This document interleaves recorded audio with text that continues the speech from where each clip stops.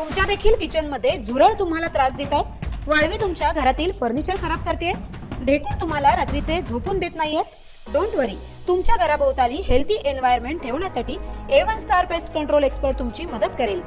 आजच इन्स्पेक्शन किंवा सजेशन साठी आम्हाला कॉल करा। A1 star pest control services. नमस्कार, मी श्रावणी दळवी माझे कोकणच्या बातमीपत्रात तुमचे मनपूर्वक स्वागत करते। बातमीपत्राकडे वळण्याआधी पाहूयात महत्त्वाच्या घडामोडी। महाविकास आघाडीचे उमेदवार संजयराव कदम यांचा मतदानानंतर जल्लोषात शिवसैनिक व खेड नागरिकांची मोठी गर्दी। संजयराव कदम यांनी दिली प्रतिक्रिया।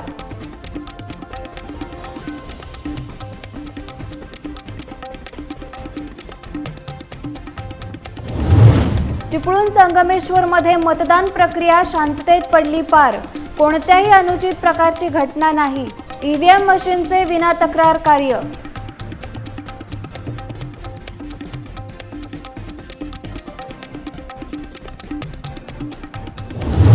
महायुतीचे उमेदवार उदय सामंत यांचा विजय निश्चित, कार्यकर्त्यांनी व्यक्त केला विश्वास, मतदानानंतर फटाके वाजवून केला जल्लोष।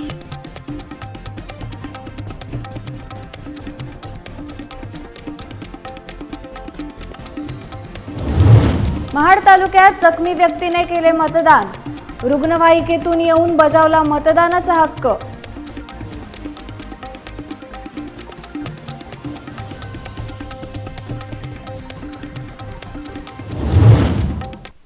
आता पाहूयात सविस्तर वृत्त।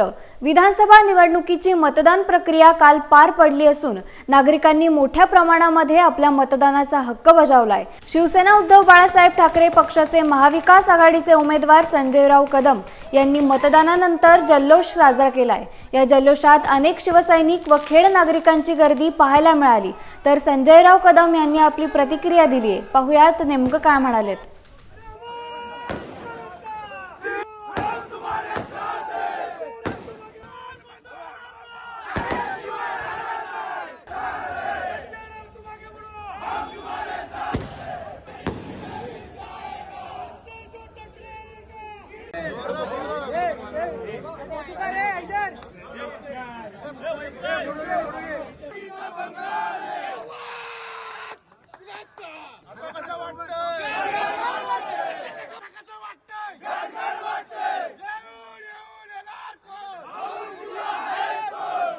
आज दापोली मंडणगड खेड विधानसभा मतदारसंघामध्ये मोठ्या प्रमाणामध्ये मतदारांनी मतदान केलेलं आहे आणि मतदान झाल्यानंतर आम्ही दरवर्षीच वेगळ्या पद्धतीनं आनंद साजरा करतो असतो। यावेळेस गद्दारांनी शिवसेनेच्या बाबत शिवसेना प्रमुख आणि शिवसेना प्रमुखांच्या कुटुंबावरती जी टीका केली तिला चोख उत्तर आपल्या मतदारसंघातील जनतेनं कार्यकर्त्यांनी दिलेलं आहे आणि म्हणून शिवसेनेचं चिन्ह चोरलं गेलं, शिवसेनेचा पक्ष चोरला गेला। चोरांनी फार मोठ्या या ठिकाणी मोठमोठ्या गर्जना केल्या, 80,000च्या मताधिक्याने निवडून येऊ आणि हे सगळं कार्यकर्त्यांच्या महाविकास आघाडीच्या नेत्यांच्या डोक्यात होतं आणि मग त्याचा निकाल या ठिकाणी आज पाहायला मिळतोय।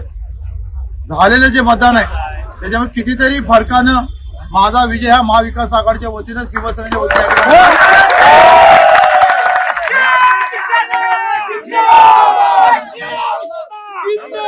दापोली मंडणगड खेड या तिन्ही नगरपालिका हद्दीमध्ये आम्ही त्या शिवसेना उद्धव बाळासाहेब ठाकरे पक्ष व महाविकास आघाडी तिन्ही शहरामध्ये आम्ही आघाडीत आहोत। त्याचबरोबर जी ग्रामीण भाग आहे ग्रामीण भागामध्ये सुद्धा एकूण 392 मतदान केंद्र आहेत। या 392 मतदान केंद्रापैकी 325 मतदान केंद्रावरती महाविकास आघाडीचा झेंडा फडकतो।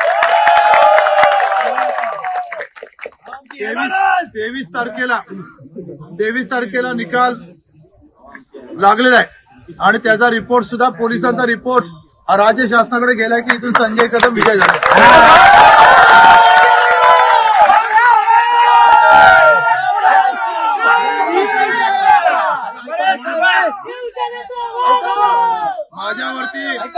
माझ्यासारख्या सर्वसामान्य कार्यकर्त्यांनी माझ्यासारख्या सर्वसामान्य कार्यकर्त्यावर जो हा संपूर्ण जनतेनं कार्यकर्त्यांचा विश्वास दाखवलाय तो विश्वास पुढच्या काळात निश्चित सार्थक ठरेल। परंतु एवढा प्रचंड मोठा विश्वास, एवढ्या मोठ्या प्रचंड पैसा धनसंपत्ती, राजकीय सत्ता प्रत्येकाला या ठिकाणी वेगळ्या पद्धतीनं चालू जो नेता होता तिथे रामदास कदम नाव घ्यायला लागेल की त्यानं सांगितलं मी या राज्यात 40 बैठका घेणार आहे. त्यांनी 40 सभा एकही सभा कुठे या मतदारसंघाच्या बाहेर घेतले नाहीत आणि निव्वळ 2.5 तालुक्याचा नेता म्हणून ठरलेला रामदास कदम प्रचार संपला तरी मोहल्ल्यातून गावागावातून वाड्या वस्तीमधून जाऊन घरामध्ये बसत होते आणि त्याच्यानंतर एवढं बसल्यानंतर सुद्धा आता त्याच्या शब्दाला किंमत राहिली नाही आणि ह्या मतदारसंघातून पूर्ण हद्दपार त्यांना त्या ठिकाणी केलेला आहे आणि पुन्हा ही पार्सल तालुक्यात येणार नाही असा रिझल्ट आपल्याला 23 तारखेला पाहायला मिळेल. चिपळूण संगमेश्वर विधानसभा मतदारसंघामध्ये काल मतदान शांतपणे पार पडलं. दोन्ही तालुक्यांमध्ये कुठेही अनुचित प्रकारची घटना घडलेली नाही. मतदान प्रक्रिया पूर्ण झाल्यानंतर ईव्हीएम आणि व्हीव्हीपॅट मशीन्स चिपळूणच्या गुरुदक्षिणा सभागृहामध्ये ठेवण्यात आल्या आहेत. या ठिकाणी शासकीय यंत्रणा कशा प्रकारे काम करते व यंत्रणेसंदर्भात संपूर्ण आढावा घेतलाय आमचे चिपळूण ब्युरो चीफ महेंद्र कासेकर यांनी. 265 चिपळूण संगमेश्वर विधानसभा मतदारसंघामध्ये आता संध्याकाळची वेळ झाल्यानंतर मतदानाची प्रक्रिया पूर्ण होत आलेली आहे.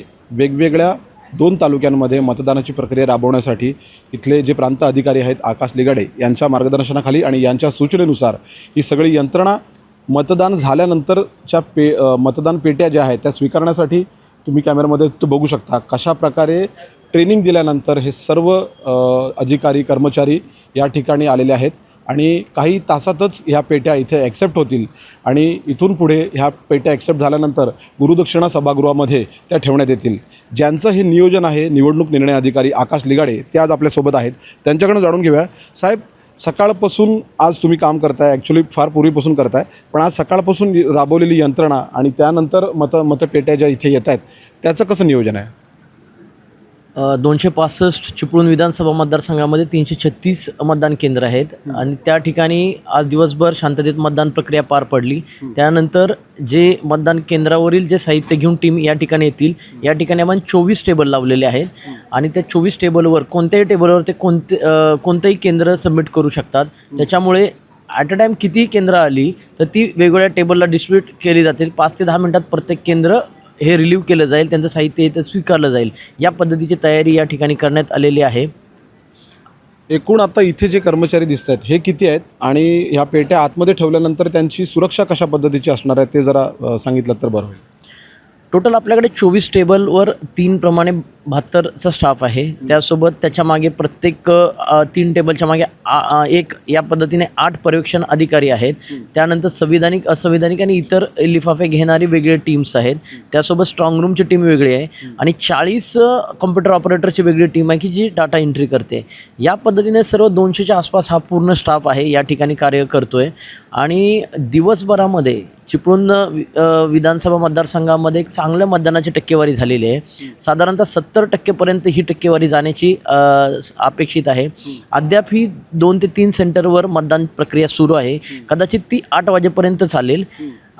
त्यानंतर तोपर्यंत इतर जे केंद्र आहेत ती या ठिकाणी जमा करून घेतली जातील आणि ज्या ठिकाणी मतदान चालू आहे ती जवळचीच केंद्र असल्यामुळे ती त्यानंतर जमा करून घेतली जातील. या ठिकाणी गुरुदक्षिणा मध्ये आपण सर्व लिफाफे जमा करून घेतो आहे. त्यानंतर हे सर्व लिफाफे असतील किंवा EVM मशीन असतील 3 रूममध्ये 3 स्ट्रॉंग रूम करण्यात आलेले आहेत. त्या 3 रूममध्ये प्रत्येक रूममध्ये 112 प्रमाणे 336 केंद्राच्या मशीन ठेवल्या जाणार आहेत आणि 4थ्या रूममध्ये हे जे लिफाफे आहेत त्यांच्या पेट्या हे 4थ्या रूममध्ये ठेवल्या जाणार आहेत. यामध्ये सगळ्यात महत्त्वाची गोष्ट 265 चिपळूण विधानसभा मतदारसंघासाठी एक आहे की आत्तापर्यंत हे ज्या ठिकाणी 2-3 केंद्राच्या ठिकाणी मतदान प्रक्रिया फक्त सुरू आहे, इतर 99% ठिकाणी मतदान प्रक्रिया पूर्ण झालेली आहे. त्या ठिकाणी अद्यापपर्यंत मतदानाच्या वेळी म्हणजे ड्युरिंग पोल सकाळी 7 वाजल्यापासून संध्याकाळी 6 पर्यंत एकही मशीन बदलण्यात आलेली नाही. आता या 3 केंद्रावरची वोटिंग प्रक्रिया संपेपर्यंत आपल्याला पाहावं लागेल की तिथं काही मशीन वगैरे चेंज करावं लागतं की नाही. पण सध्याच्या 99% केंद्राच्या मतदान प्रक्रियेमध्ये एकही मशीन चेंज करण्यात आलेली नाही आहे. ही एक या दृष्टीने एक चांगली आणि सकारात्मक बाब आहे. आपण बघतो की निवडणूक प्रक्रियेसाठी सरकारी कर्मचारी हे दिवसरात्र मेहनत घेत असतात. त्यांची प्रॉपर ट्रेनिंग होते. ट्रेनिंग झाल्यानंतर त्यांना त्यांची कार्यप्रणाली समजवली जाते आणि नंतर निकाल लागेपर्यंत आणि निकाल लागल्यानंतर पण काही दिवस ही यंत्रणा राबत असते. माझे कोकण न्यूज चॅनलवर तुम्हाला ही एक्सक्लुसिव्ह बातमी पाहायला मिळणार आहे की कशाप्रकारे ही यंत्रणा काम करते. आणि आता प्रांत साहेबांनी सांगितलेल्या माहितीनुसार एक अभिनंदनाची गोष्ट अशी, 265 चिपळूण मतदारसंघ हा एकमेव मतदारसंघ असा आहे की जिथे कोणत्याही प्रकारची तक्रार न येता, कोणत्याही प्रकारचा अनुचित प्रकार न घडता प्रशासनाने दिलेल्या नियमानुसार, पोलीस यंत्रणेने दिलेल्या नियमानुसार सगळी यंत्रणा पार पडलेली आहे. आणि EVM मशीन्स रिप्लेस करावी लागली अशी एकही घटना या मतदारसंघामध्ये घडलेली नाही. त्याच्यामुळे चिपळूण मतदारसंघामध्ये काम करणाऱ्या ज्या कर्मचाऱ्यांना दिलेलं ट्रेनिंग आणि प्रांताधिकारी आकाश लिगाडे यांच्या मार्गदर्शनाखाली राबवलेली यंत्रणा ही यशस्वी झाली असं म्हणायला हरकत नाही. निवडणूक प्रक्रिया कशी चालते हे आपण बघितलं. मशीन्स आल्यानंतर त्याची नियोजन आपण बघितलं. इथून पुढे निकालाच्या दिवशी, निकालाच्या आधी आणि निकालाच्या नंतरच्या थेट बातम्या आम्ही तुमच्यापर्यंत पोहोचवत राहू. पाहत राहा माझे कोकण. व्हिडिओ जर्नलिस्ट सन्या दवडेसह महेंद्र कासेकर, माझे कोकण, चिपळूण. संगमेश्वर मतदारसंघाचे महायुतीचे उमेदवार उदय सामंत यांचा विजय निश्चित होणार यासाठी कार्यकर्त्यांनी मतदानानंतर फटाके वाजवून जल्लोष साजरा केलाय.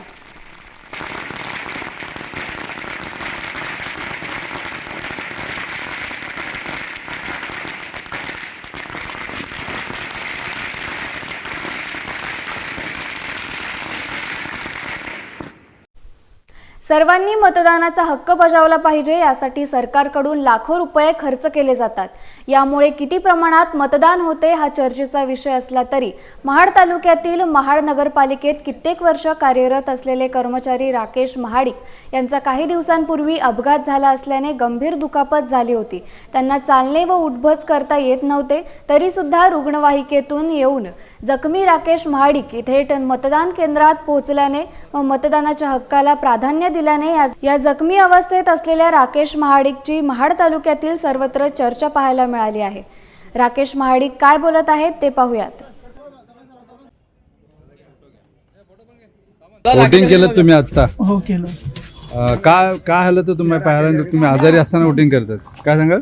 हो, मला काही उठता आणि बसता येत नव्हतं.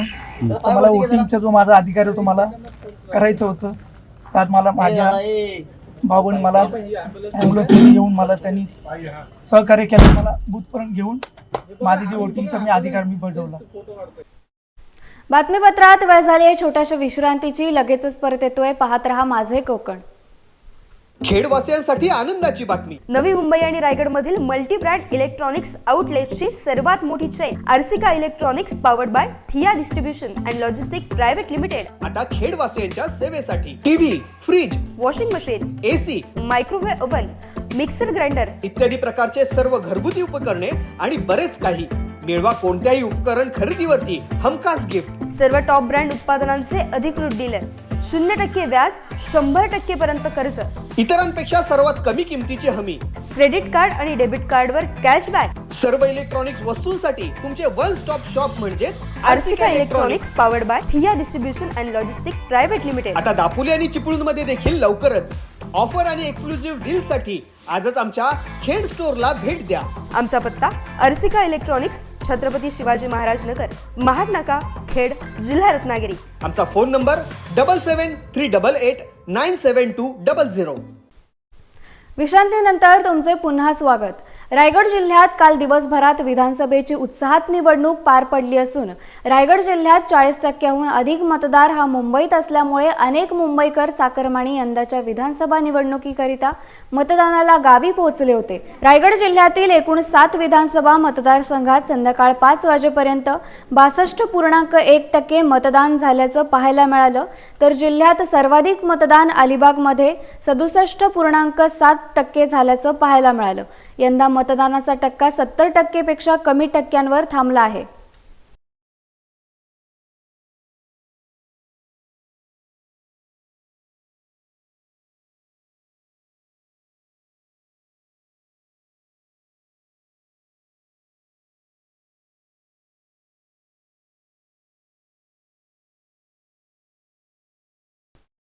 विधानसभा निवडणुकीची मतदान प्रक्रिया काल पार पडली असून राष्ट्रवादी काँग्रेस पार्टीचे उमेदवार सुनील तटकरे यांनी सहकुटुंब मतदानाचा हक्क रोहा तालुक्यातील त्यांच्या दुरटोळी या गावात बजावला, तर मंत्री अदिती तटकरे व त्यांची आई वरदा तटकरे या देखील मतदान केंद्रावर उपस्थित राहून आपल्या मतदानाचा हक्क बजावलाय.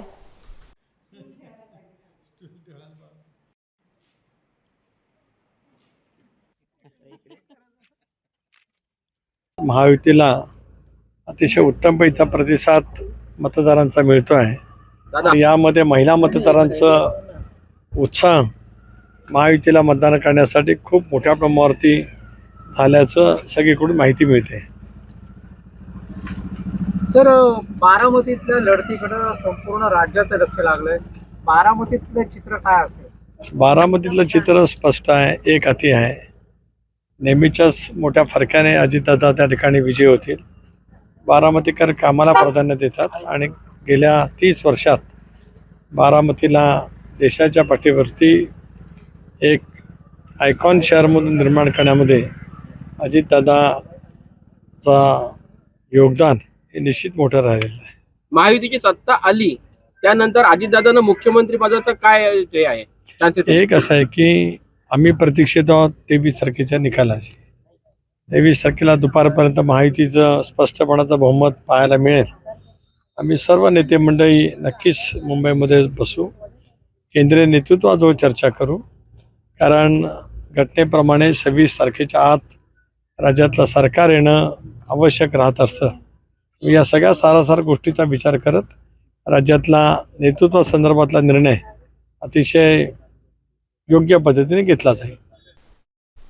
कर्जत मतदारसंघात एका अपंगत्व मतिमंद असलेल्या साईराज विनोद पांडे वय वर्षे 21 या तरुण मुलाने कर्जत शहरात मतदान केंद्रावर जाऊन मतदानाचा हक्क बजावलाय.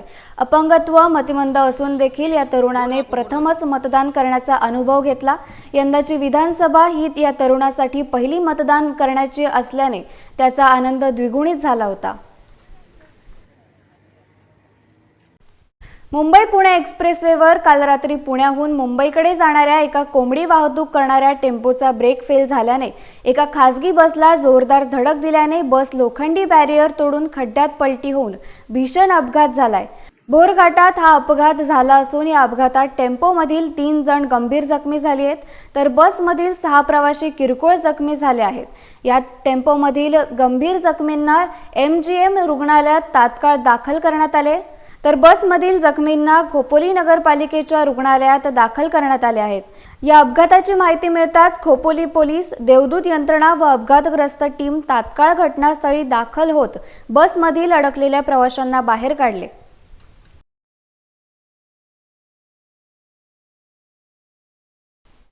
बातमीपत्रात वेळ झाली इथेच थांबण्याची. कुठेही जाऊ नका, पाहत रहा माझे कोकण.